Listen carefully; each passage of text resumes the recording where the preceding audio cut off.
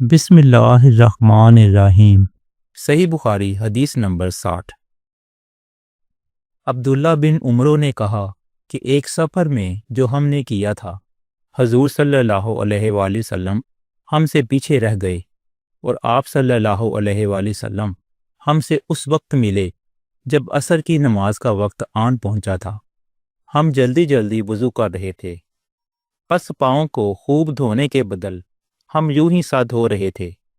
یہ حال دیکھ کر آپ صلی اللہ علیہ وآلہ وسلم نے بلند آواز سے پکارا، دیکھو ایڑیوں کی خرابی دوزخ سے ہونے والی ہے۔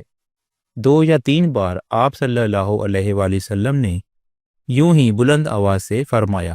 صحیح بخاری حدیث نمبر 61۔ نبی کریم صلی اللہ علیہ وآلہ وسلم نے ارشاد فرمایا کہ درختوں میں ایک درخت ایسا ہے کہ اس کے پتے نہیں جھڑتے، اور مسلمان کی مثال اسی درخت کی سی ہے۔ بتاؤ وہ کون سا درخت ہے؟ یہ سن کر لوگوں کا خیال جنگل کے درختوں کی طرف دوڑا۔ عبداللہ رضی اللہ تعالی عنہ نے کہا کہ میرے دل میں آیا کہ وہ کھجور کا درخت ہے، مگر میں اپنی کم سینے کی شرم سے نہ بولا۔ آخر صحابہ نے حضور صلی اللہ علیہ وآلہ وسلم ہی سے پوچھا کہ وہ کون سا درخت ہے۔ آپ صلی اللہ علیہ وآلہ وسلم نے فرمایا، وہ کھجور کا درخت ہے۔ صحیح بخاری حدیث نمبر 62۔ ایک مرتبہ آپ صلی اللہ علیہ وآلہ وسلم نے فرمایا کہ درختوں میں سے ایک درخت ایسا ہے کہ اس کے پتے نہیں جھڑتے، اور مسلمان کی بھی یہی مثال ہے۔ بتلاؤ وہ کون سا درخت ہے؟ یہ سن کر لوگوں کے خیالات جنگل کے درختوں میں چلے گئے۔ حضرت عبداللہ رضی اللہ تعالی عنہ نے کہا کہ میرے دل میں آیا کہ بتلا دوں کہ وہ کھجور کا درخت ہے، لیکن وہاں بہت سے بزرگ موجود تھے، اس لیے مجھ کو شرم آئی۔ آخر صحابہ نے عرض کیا، یا رسول اللہ صلی اللہ علیہ وآلہ وسلم، آپ ہی بیان فرما دیجئے۔ آپ صلی اللہ علیہ وآلہ وسلم نے بتلایا کہ وہ کھجور کا درخت ہے۔ صحیح بخاری حدیث نمبر 63۔ ایک بار ہم مسجد میں حضور صلی اللہ علیہ وآلہ وسلم کے ساتھ بیٹھے ہوئے تھے۔ اتنے میں ایک شخص اونٹ پر سوار ہو کر آیا اور اونٹ کو مسجد میں بٹھا کر باندھ دیا۔ پھر پوچھنے لگا، بھائیو، تم لوگوں میں محمد صلی اللہ علیہ وآلہ وسلم کون سے ہیں؟ حضور صلی اللہ علیہ وآلہ وسلم اس وقت لوگوں میں تکیہ لگائے بیٹھے ہوئے تھے۔ ہم نے کہا، حضرت محمد صلی اللہ علیہ وآلہ وسلم یہ سفید رنگ والے بزرگ ہیں جو تکیہ لگائے ہوئے تشریف فرما ہیں۔ تب وہ آپ صلی اللہ علیہ وآلہ وسلم سے مخاطب ہوا کہ اے عبد المطلب کے فرزند۔ آپ صلی اللہ علیہ وآلہ وسلم نے فرمایا، کہو میں آپ کی بات سن رہا ہوں۔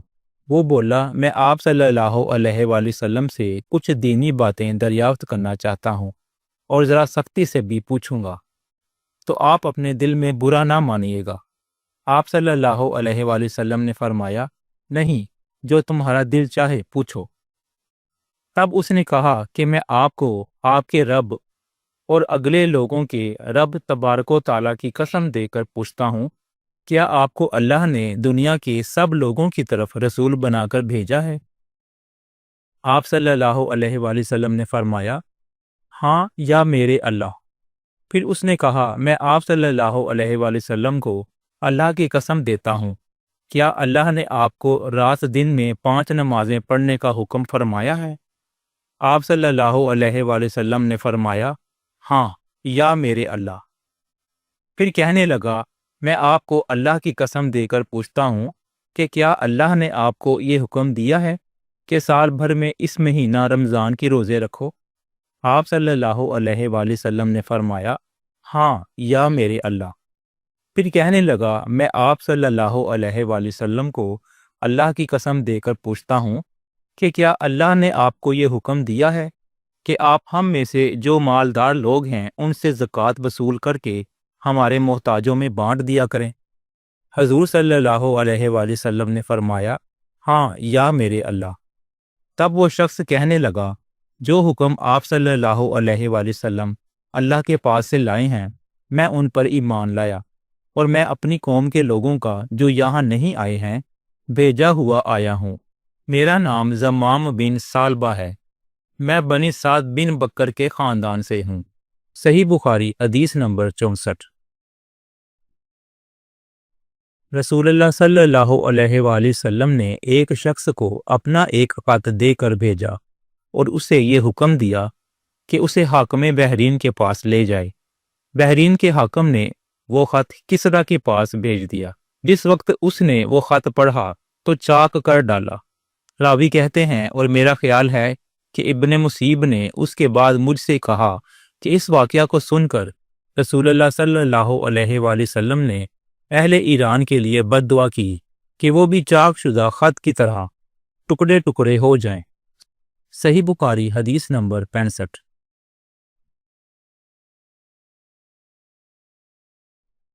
رسول اللہ صلی اللہ علیہ وآلہ وسلم نے کسی بادشاہ کے نام دعوت اسلام دینے کے لیے ایک خط لکھا یا لکھنے کا ارادہ کیا تو آپ صلی اللہ علیہ وآلہ وسلم سے کہا گیا کہ وہ بغیر مہر کے خط نہیں پڑھتے، یعنی بے مہر کے خط کو مستند نہیں سمجھتے۔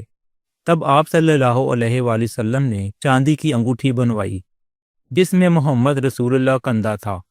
گویا میں آج بھی آپ صلی اللہ علیہ وآلہ وسلم کے ہاتھ میں اس کی سفیدی دیکھ رہا ہوں۔ شعبہ راوی حدیث کہتے ہیں کہ میں نے قتادہ سے پوچھا کہ یہ کس نے کہا کہ اس پر محمد رسول اللہ کندہ تھا؟ انہوں نے جواب دیا، انس رضی اللہ تعالی عنہ۔ صحیح بخاری حدیث نمبر 66۔ ایک مرتبہ رسول خدا صلی اللہ علیہ وآلہ وسلم مسجد میں تشریف فرما تھے اور لوگ آپ صلی اللہ علیہ وآلہ وسلم کے ارد گرد بیٹھے ہوئے تھے کہ 3 آدمی وہاں آئے۔ ان میں سے 2 رسول اللہ صلی اللہ علیہ وآلہ وسلم کے سامنے پہنچ گئے اور ایک واپس چلا گیا۔ راوی کہتے ہیں کہ پھر وہ دونوں رسول اللہ صلی اللہ علیہ وآلہ وسلم کے سامنے کھڑے ہو گئے۔ اس کے بعد ان میں سے ایک نے جب مجلس میں ایک جگہ کچھ گنجائش دیکھی تو وہاں بیٹھ گیا، اور دوسرا اہل مجلس کے پیچھے بیٹھ گیا، اور تیسرا جو تھا وہ لوٹ گیا۔ تو جب رسول اللہ صلی اللہ علیہ وآلہ وسلم اپنی گفتگو سے فارغ ہوئے تو صحابہ رضی اللہ عنہم سے فرمایا، کیا میں تمہیں 3 آدمیوں کے بارے میں نہ بتاؤں؟ تو سنو۔ ان میں سے ایک نے اللہ سے پناہ چاہی، اللہ نے اسے پناہ دی، اور دوسرے کو شرم آئی تو اللہ بھی اس سے شرمایا کہ اسے بھی بخش دیا، اور تیسرے شخص نے منہ موڑا تو اللہ نے بھی اس سے منہ موڑ لیا۔ صحیح بخاری حدیث نمبر 67۔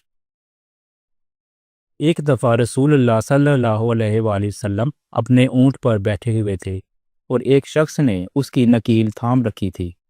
آپ صلی اللہ علیہ وآلہ وسلم نے پوچھا، آج یہ کون سا دن ہے؟ ہم خاموش رہے حتیٰ کہ ہم سمجھے کہ آج کے دن کا آپ کوئی دوسرا نام اس کے نام کے علاوہ تجویز فرمائیں گے۔ پھر آپ صلی اللہ علیہ وآلہ وسلم نے فرمایا، کیا آج قربانی کا دن نہیں ہے؟ ہم نے عرض کیا، بے شک۔ اس کے بعد آپ صلی اللہ علیہ وآلہ وسلم نے فرمایا، یہ کون سا مہینہ ہے؟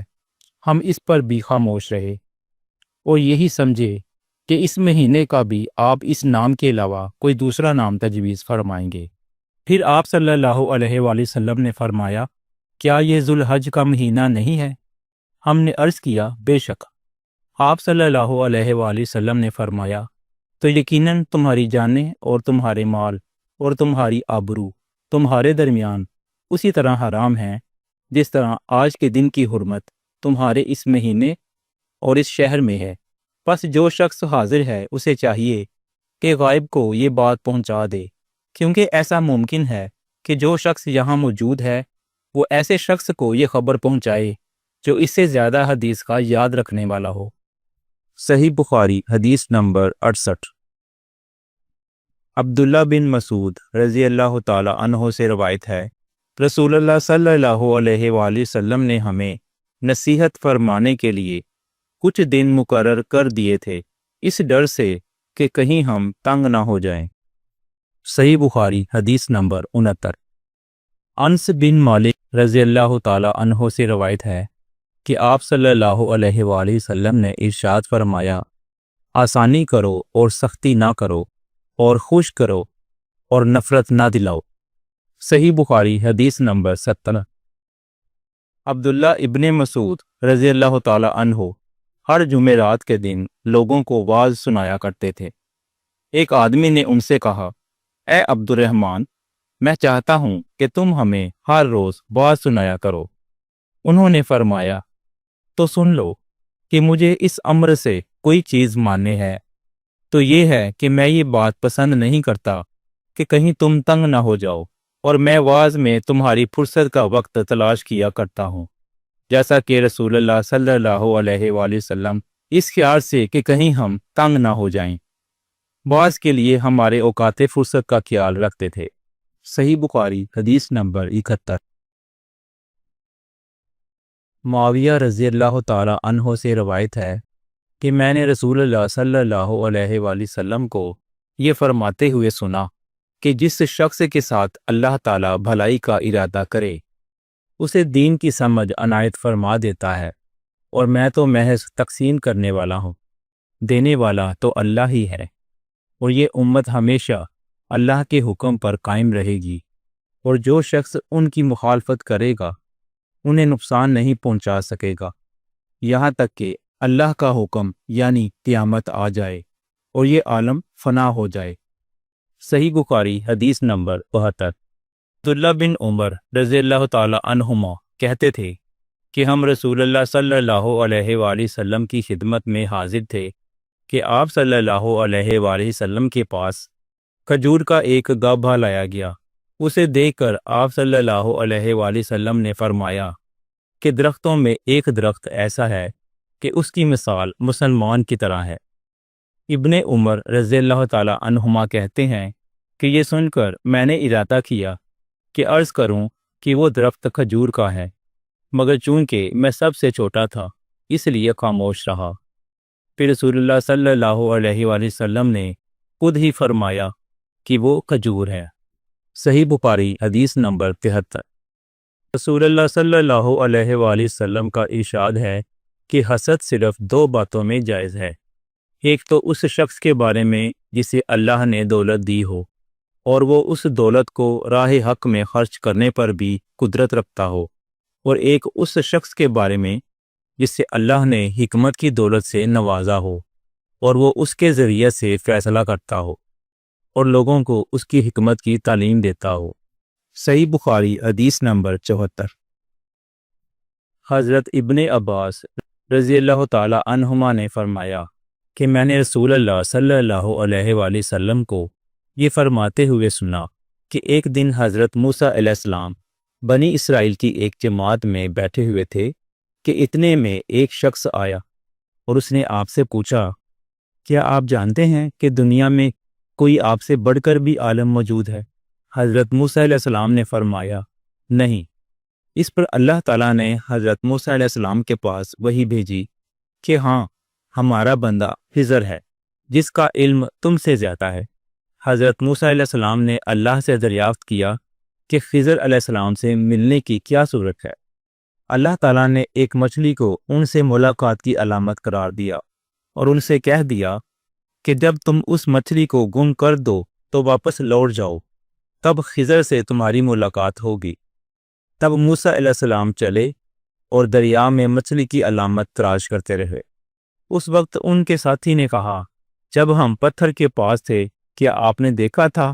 میں اس وقت مچھلی کا کہنا بھول گیا اور شیطان ہی نے مجھے اس کا ذکر بلا دیا۔ موسیٰ علیہ السلام نے کہا، اسی مقام کی ہمیں تلاش تھی۔ تب وہ اپنے نشانات قدم پر پچھلے پاؤں باتیں کرتے ہوئے لوٹے۔ وہاں انہوں نے خضر علیہ السلام کو پایا۔ پھر ان کا وہی قصہ ہے جو اللہ تعالیٰ نے اپنی کتاب قرآن میں بیان کیا ہے۔ صحیح بخاری حدیث نمبر 75۔ حضرت ابن عباس رضی اللہ تعالی عنہ نے فرمایا کہ ایک مرتبہ رسول اللہ صلی اللہ علیہ وآلہ وسلم نے مجھے سینے سے لگا لیا اور دعا دیتے ہوئے فرمایا کہ اے اللہ، اسے علم کتاب یعنی قرآن عطا فرمائیے۔